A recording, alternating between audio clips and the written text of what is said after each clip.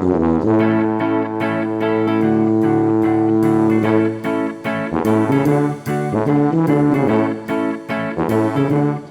everybody, welcome to the Double Stuff Podcast, where we're double the hosts, double the topics, and double the fun. I'm Sarah. I'm Charity. And I'm Sarah. And I'm still Charity.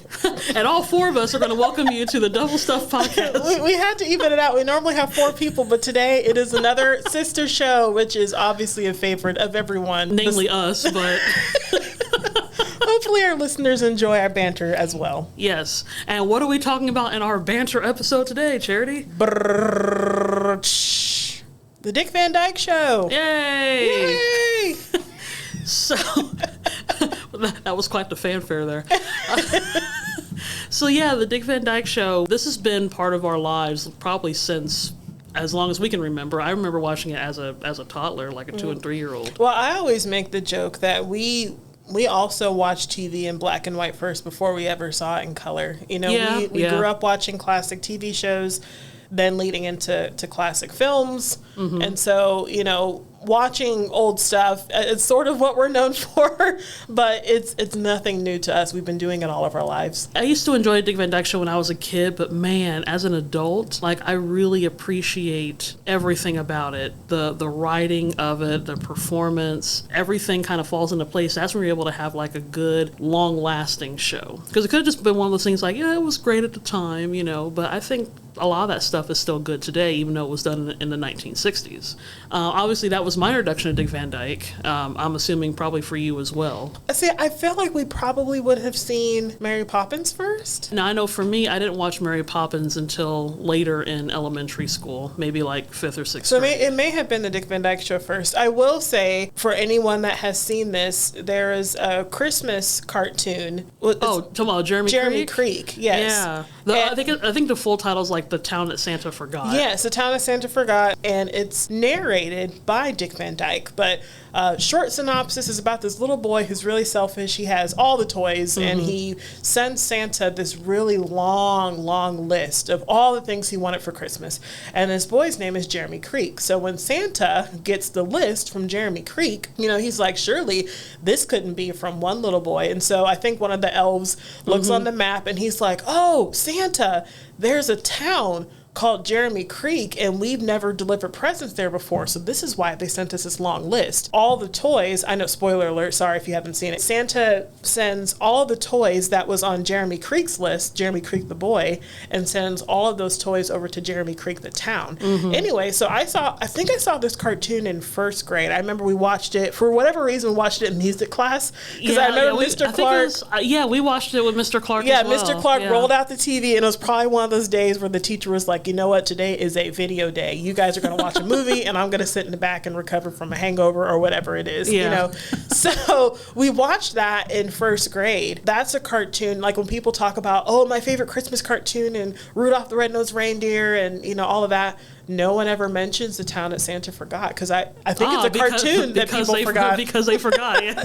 But yeah, if you haven't seen that before, go look it up. Very cute, very sweet cartoon, but it is narrated by Dick Van Dyke, and I remember watching that as a child. That may have been another introduction for us to Dick Van Dyke. I guess in terms of like an animated, for sure. But he has a distinct voice. Like, you know it's Dick Van Dyke when you hear him. You can't miss it. And I always get excited when I see him outside the show. So the other time that I got really excited to see him was Night at the Museum. Oh, yes. My friend and I were talking about that movie the other day. Such a good movie. I mainly watched it because Dick Van Dyke and Mickey Rooney were going to be on it. I mean, I enjoyed the movie altogether. It was a great film. To be honest, I think he steals the show, Dick Van Dyke does, because he just has that presence. Well, even though he's a bad guy, like when he's on another spoiler. Oh, sorry. If you haven't seen the 2006, I think it was 2006, Night at the Museum, then you're late to the party. But anyway, spoiler alert, Dick Van Dyke turns out to be a bad guy. But even that, you can't hate him. Like, you're just sitting there like, I know you're a bad guy and you're trying to steal stuff, but you're Dick Van Dyke. Dick Van Dyke, yeah. I feel like that's the one for everything. It's like, I know you did this, but it's Dick Van Dyke, you know. It's great that he's had a career on stage, on screen, everything in between. You know, he's big on social media. Oh, yeah. That people of all ages and, you know, different generations have loved him in different things. So you might know him from the Dick Van Dyke Show and Mary Poppins, Chitty Chitty Bang Bang, or maybe you were a Diagnosis Murder fan when he was a little bit older, or we just talked about Night at the Museum. You know, I think we've talked about this on the show before, but when he was on The Masked Singer as the garden gnome, you know, he sang When You're Smiling. And when the mask was revealed, everyone was smiling. People were crying. People just lost their minds. It was just like, this is Dick Van Dyke, because it's living history, living legend. Oh, for sure. You know, of someone that has entertained you for years and made you laugh and obviously now made you cry. And it's great when you still have some of those people from days of old that are still alive, when they live long enough to see that they are still appreciated. Oh, yeah. That their shows are still playing, that people still reference them. You know, when they did the Mary Poppins movie, they did that dance. Yeah, because on the stage they did Step in Time. Yeah, and then he was like 93 yeah, at the time. and Dick Van Dyke came out and did like a couple little moves with him and stuff. So it's like people still love that, you know, and they have like a special place in their heart, because that's nostalgia. You know, you grew up watching that. That's a part of you. There's nothing bad you can say about him. You know, I sincerely hope he listens to this episode. I think that would be really cool. two random black girls on a podcast talking about Dick Van Dyke. Well, I will say our little sister, who has been on the show with us before, for whatever reason, we toyed with the idea of doing this for a long time, and finally I was like, let's just go ahead and do it. So there's an episode of the Dick Van Dyke Show called The Twizzle, where it's basically like the twist, and you know they dance in the bowling alley, whatever. So in the middle they have this sort of dance break where the guy's singing, and then Dick Van Dyke comes in during the Twizzle song, and he dances his typical Dick Van Dyke style, very flexible, very double jointed, type of dance. And so our little sister had watched this episode enough times that she learned to dance as well. And so I gave her one of my sweaters and a fedora of mine, and I was like, you know what we need to, and this was before like TikTok and the little duet style videos they do now. Like, I recorded her and I recorded the TV, and I put them together. So Christy and Dick Van Dyke are dancing side by side to the Twizzle. Yeah. And I tweeted that, and at the time Rosemarie was still alive. And Carl Reiner. Yes, and Carl Reiner. And so I tweeted Carl Reiner, Rosemarie, and Dick Van Dyke that video. And I feel like that was one of our first viral videos. I would, for sure. That was definitely, because we hit, I'm trying to remember what the number was. We hit a few thousand for sure. I don't, my phone was going off for a few days, because we shared it, and then Rosemarie shared it to her page, and then Dick Van Dyke shared it to his page, or whoever runs their various social medias. So all of their followers on all of their pages saw it, and so then we ended up getting new followers like that. My phone was just going ding ding ding, like everybody was liking it and sharing it and retweeting it. And, you know, and what's funny is that we have that on our, or at least on my YouTube page, and so usually at least a few times during the year I still get comments and still get people that like it. So it's kind of cool that people are still coming across it. You know, we might have to share that, get a small clip, share it to stories or something, or definitely reshare that way Dick Van Dyke can relive that nice little moment.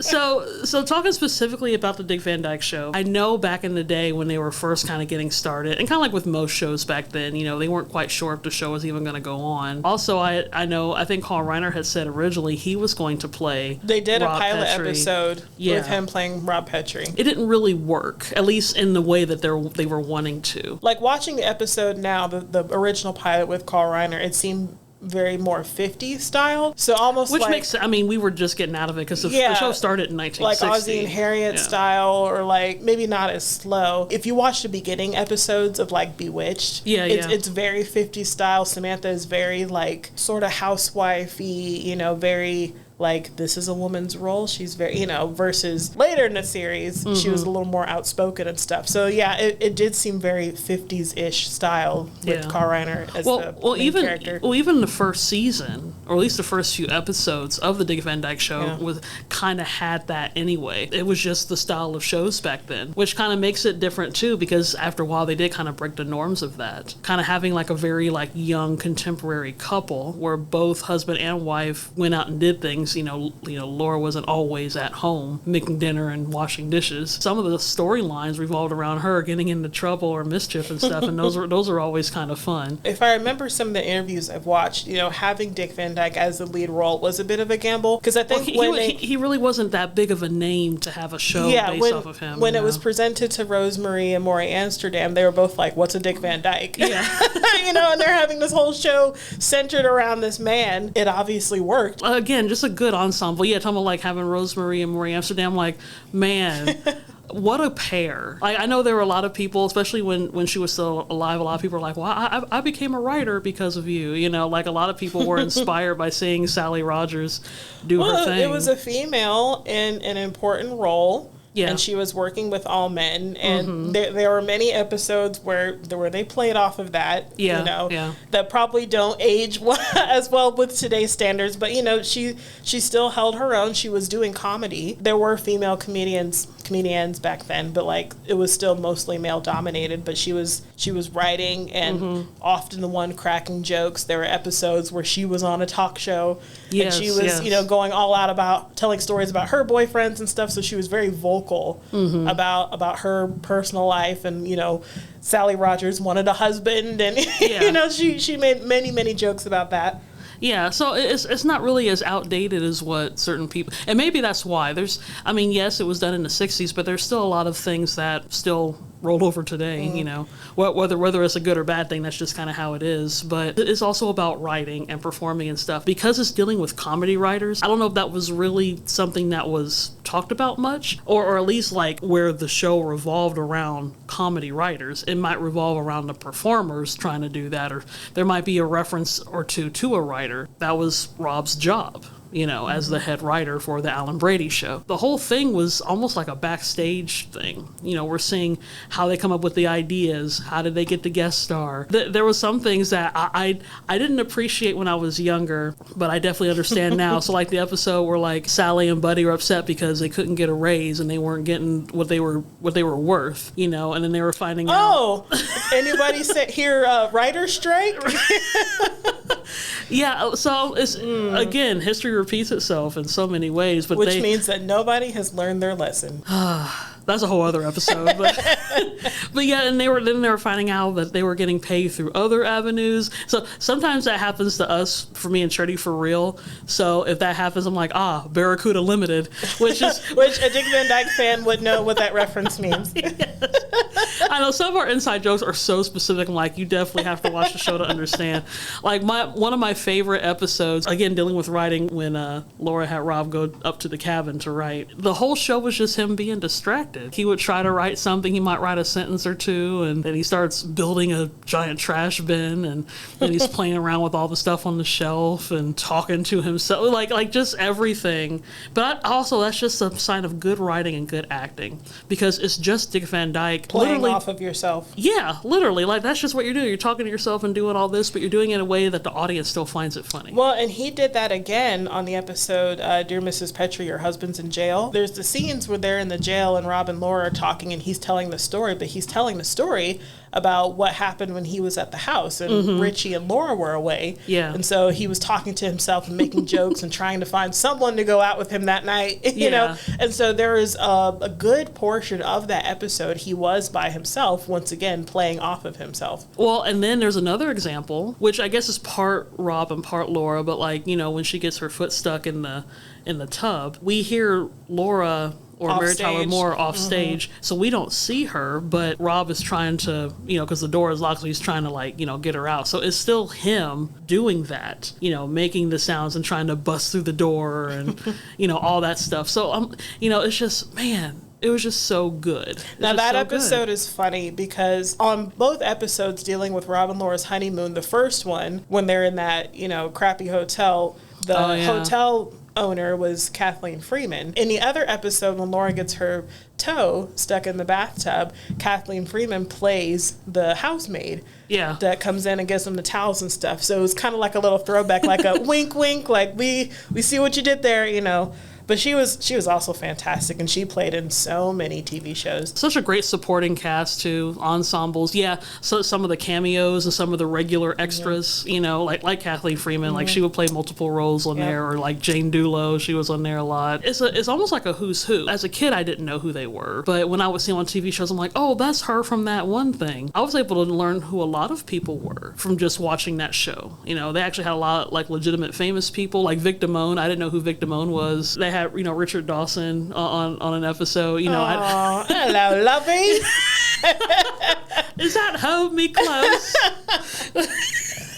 Oh, that's funny. So, yeah, and I like shows that really have nothing to do with the premise much, which I guess kind of goes against TV shows. Like with Gilligan's Island, I like the episodes that doesn't involve when they're not trying to get off the island. Yeah. So, like with the Dick Van Dyke Show, I kind of like the shows that really don't fully have anything to do with like the typical plot line. The Walnut episode, which has become a huge classic that everybody thought was going to be terrible, and it surprised everybody, exceeded expectations. It's one of the most popular episodes. What is a Danny Thomas? Yeah. I see you. So it shows, it's that one, and then what's the other one? The Ghost of A Chance. Like I like all their like almost like surrealistic Twilight Zone type shows, weird like ghostly things. So like Scream, you're on sneaky camera. So I like shows like that. They don't really have anything to do with the plot, but it's just a fun, random, weird episode. There was an episode where they were trying to find the talented kid contest. There's a scene where Sally comes in with two kids that were supposed to be like her neighbor's kids. One of those was Barry Van Dyke. Yeah, you can totally tell it's him. Yeah. Like, it's a very distinctive face. Mm-hmm. And so it's cute that he had his son on the show. Later on, you know, diagnosed as murder, they were together all the time. Yeah. So father and son reunited once again. Yeah. Oh, yeah. I'd actually forgotten about that one. I mean, it's a small part. Like, unless you were looking for it, I obviously didn't realize it when I first saw it. But later on, I was just like, huh. And I remember pausing it, and I was like, yeah, that looks like Barry Van Dyke. And then obviously, as most people, when they watch TV, they've got their cell phone out. Yeah, double check. And they're on IMDb or Wikipedia or something. And I was like, oh, that is Barry Van Dyke. Yeah, it is. Again, it's a cool who's who where you don't realize it at the time. And maybe that's also why it makes the show still good today, because you're still discovering things. Personally, I think the jokes are funnier now because, you know, as a kid, at least for me, I enjoyed comedy, but I also enjoyed the live audiences. So if they laughed, I would be like, this is supposed to be funny, you know? So I would just laugh because I heard other people laugh. But as an adult, you understand the references. We're familiar with the stuff that happened during that time period, so you kind of get some of the jokes of that time.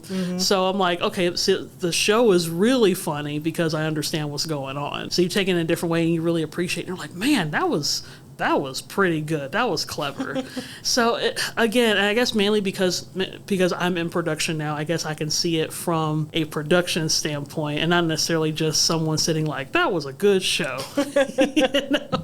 It does change your perspective with that. But one person we haven't talked about a whole lot is Mary Tyler Moore. I think. Gosh, I feel like we need a whole other episode. That's a whole other episode. To her. We got the Mary Tyler Moore show. I always thought the Mary Tyler Moore show was almost like, I can't really say like a female version of the Dick Van Dyke Show, but it sort of kind of was. I mean, it was in a sense that they had a great cast. Another great cast. Yeah. Ed Asner and Gavin MacLeod and Ted Knight. Yeah, Valerie Harper, like Betty White. I mean, that's like cream of the crop there. And then John Amos was in the first 2 seasons. I know there was an episode where he came back because he played Gordy the Weatherman. That's right. And he came back for an episode and he was supposed to be really successful. Like he had gotten some national something and Ted was jealous of him.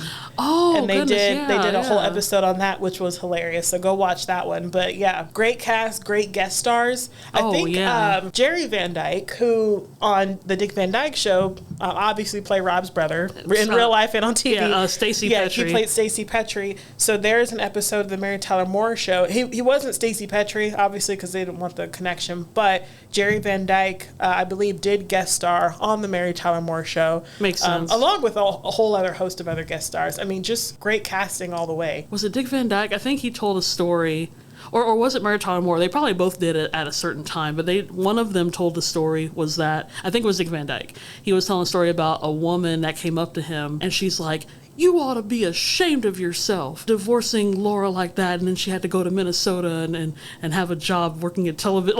Like she totally thought that Laura left Rob for something. People believe they divorced, and then she ended up moving away, and then ended up working at a TV station. So it's just the fact that it was done so well that people thought, and a lot of people thought that, you know, Dick Van Dyke and Mary Tyler Moore, they actually were a couple, because they played Rob and Laura so well and so naturally, people thought that they actually were.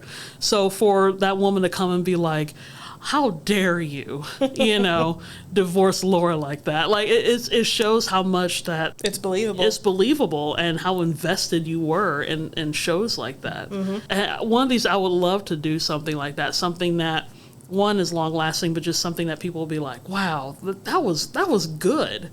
And you want to leave them wanting, you know. Well, hopefully you guys feel that way about the podcast. Well, nice segue, Charity. Yeah, and I hope Dick Van Dyke is listening, because, you know, it's cool to have a whole show dedicated to him. If you're ever in Wichita, you got 2 big fans who would love to meet you. Oh, yeah. Oh, we have a little sister, too, so that way she can do the twizzle with you, so that makes that's 3. True. Yeah, you guys can dance together. Yeah. So we'll get that arranged. My people will talk to your people. We'll do lunch. We'll do lunch. So, yeah, if you guys want to listen to more episodes, we have over 170 to binge on. Please listen. We're on doublestuffpod.com. Check us out on Facebook, Instagram, and YouTube at Double Stuff Podcast. And, of course, on Twitter X at Double Stuff P, and that's the letter P. Da da da da da da da da da da da da da da da da da da da. Boom.